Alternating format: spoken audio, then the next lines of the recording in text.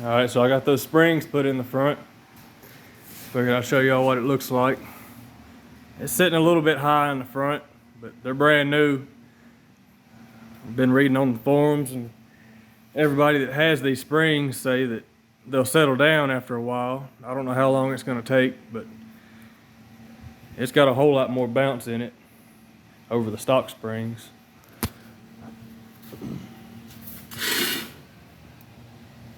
They're still kind of bowed sideways. I don't know if y'all can see or not, but they got a little bend in them.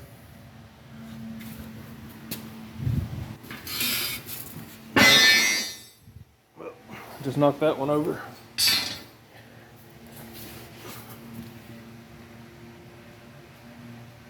Yeah, it's kind of hard to tell. It's got a little bit of a bow in it. I still gotta hook this up. It's just 2 bolts that go in the lower control arm down there, holds it on. They're Moroso trick springs for an S10. I think the part number is 47130-100. I think they're like 212 pound spring rate, something like that. But I figured if they're good enough for an S10, they ought to be good enough for this full-size truck. I mean, it does sit up a little high, but maybe it'll settle down.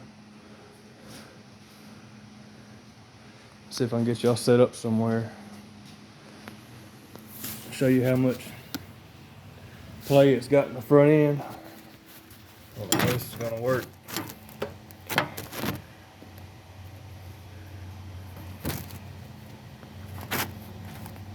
There, y'all just have to sit right there for a second.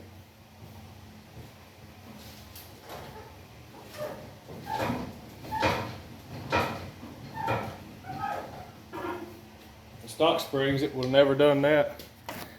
So it's a lot looser for sure. So I don't have no shocks in it yet. I've got these cheapos right here.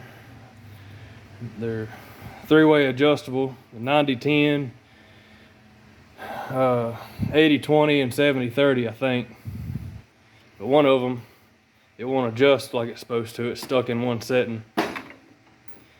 You gotta compress it all the way down and then turn it, and you can hear it click. It's got letters right there.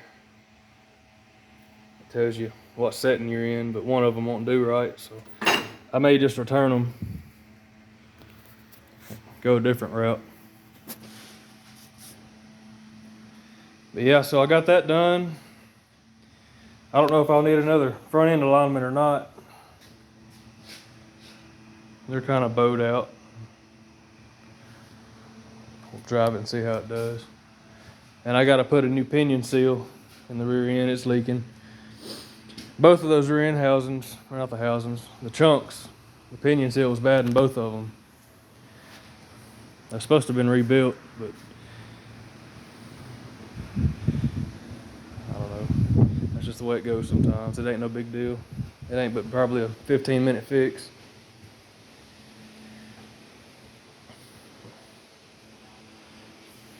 And after my last test run at the track, I brought it back home and looked at the jets. The plugs were solid black when I checked them. I don't know, it's probably been a month ago now since I went and done a testing tune, but the best number I got was a 759 at 92 miles an hour in an eighth. And that's pretty slow, but it does have a power glide in it, and it's a heavy truck. I'm thinking, well, let me tell you about the carburetor first. I brought it back home and checked the jets. I thought I had a 76 in the rear, in the back of the carburetor, but it had an 80 in the back. So that's why it was running richer than I was wanting it to. So I jetted it down to a 76 in the back, and it's got a 72 in the front, I think. And I run it around the street here at home and brought it back, checked it again. It was better. It was a dark brown. So it's getting a little hotter outside now. It's probably in the 90s temperature wise now, so I'll probably take it down a little bit more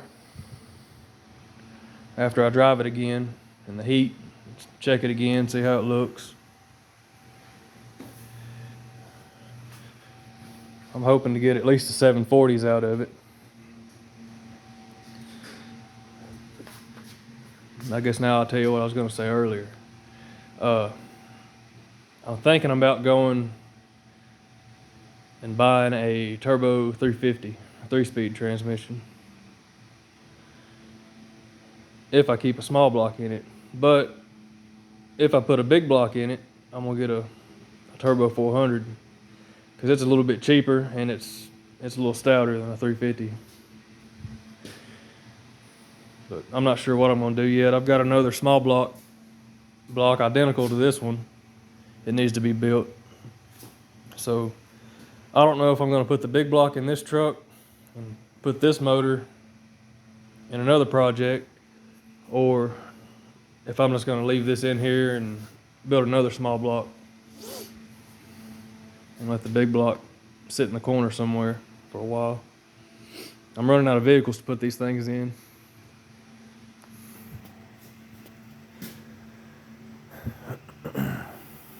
But yeah, I think it'd be a lot better if it had a 3-speed in it. Because my first gear, I didn't shift into high until it got to 330 feet. That's about half track on the 8th mile. It took forever to get there. I didn't think I was ever going to shift.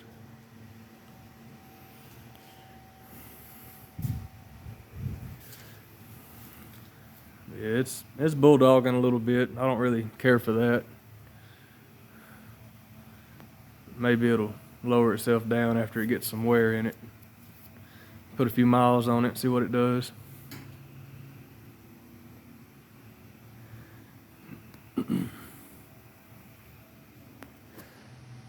I guess that's all I got right now. Thank y'all for watching.